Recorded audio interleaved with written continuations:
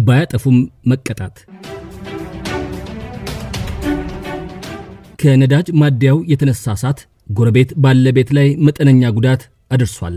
ቤቱን ማደያው ቢያድስለትም በእድሳት ወቅት ተዘግቶ በመቀመጡ የተቋረጠብኝን የኪራይ ገቢ ተካልኝ ሲል ግን የቤቱ ባለቤት ጠይቆታል።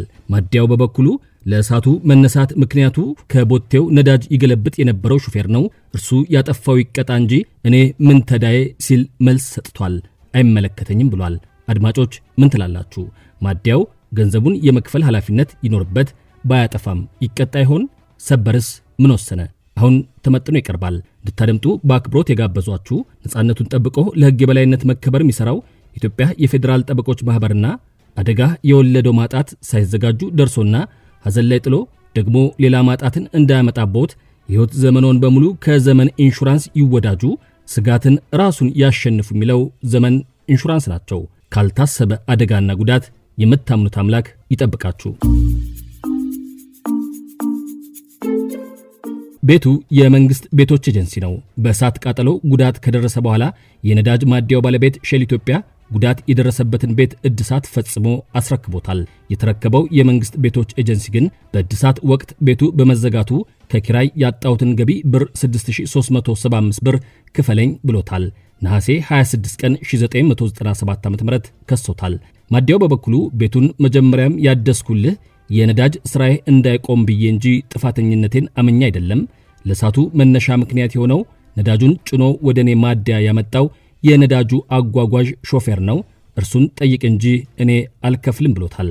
ግራ ቀኙ የተባባሉትን የሰማው የፌዴራል የመጀመሪያ ደረጃ ፍርድ ቤት ተከሳሽ የሆነውን የሼል ነዳጅ ማደያን ክርክር በመቀበል ልክ ነው፣ ያጠፋው ጥፋት ባለመኖሩ ኃላፊነት የለበትም፣ ሊከፍል አይገባም ሲል ወስኗል።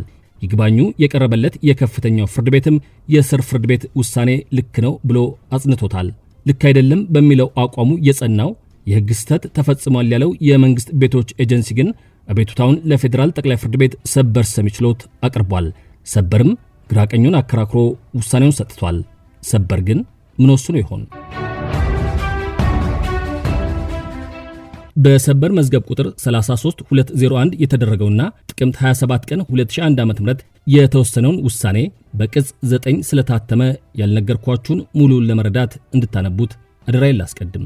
ሰበር በፍርዳተታው ተጠሪ የነዳጅ ማደያው ባለቤት መሆኑን፣ ቃጠሎውን ያስነሳው መኪና ባለቤትም ከማደያው ጋር ያጓጓዥነት ውል የነበረው ሰው መሆኑ፣ በቃጠሎው ያመልካች ቤት መጎዳቱና ተጠሪ አድሶ ማስረከቡ የተረጋገጡ ፍሬ ነገሮች መሆናቸውን ጠቀሰም።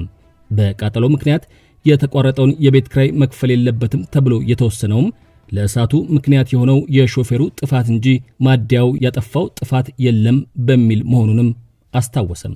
ይሁን እንጂ የተጠሪ ወይም የነዳጅ ማደያው ኃላፊነት የሚመነጨው ከሚያከናውነው ሥራ አደገኛነት አኳያ ታይቶ ነው።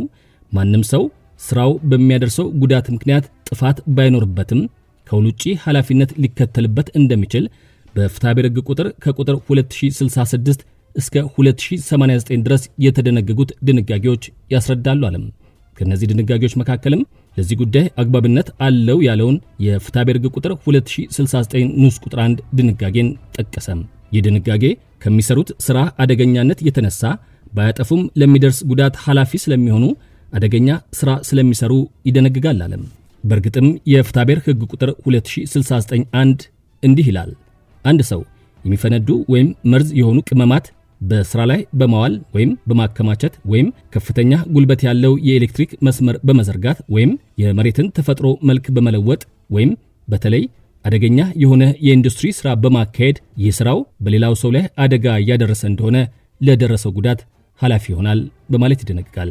ይህን ድንጋጌ ያደመጡ እርሶም የሰበርን ውሳኔ መቼም ለመገመት አይቸገሩም። አዎ ሼል ባታጠፋም ከሥራ ባህሪ አደገኛነት የተነሳ ኃላፊነት አለብህ ተብሏል። ገንዘቡንም እንዲከፍል ተወስኖበታል። ዛሬውን አበቃን። እንድታደምጡ ጋብዘዋቸው የነበሩት ነፃነቱን ጠብቆ ለሕግ የበላይነት መከበር የሚሰራው ኢትዮጵያ የፌዴራል ጠበቆች ማህበርና አደጋ የወለደው ማጣት ሳይዘጋጁ ደርሶና ሐዘን ላይ ጥሎ ደግሞ ሌላ ማጣትን እንዳያመጣቦት የሕይወት ዘመኖን በሙሉ ከዘመን ኢንሹራንስ ይወዳጁ፣ ስጋትን ራሱን ያሸንፉ የሚለው ዘመን ኢንሹራንስ ናቸው። ከሁሉም የሚበልጠው የአእምሮ ሰላም ከኔም ከእናንተም ጋር ይሁን።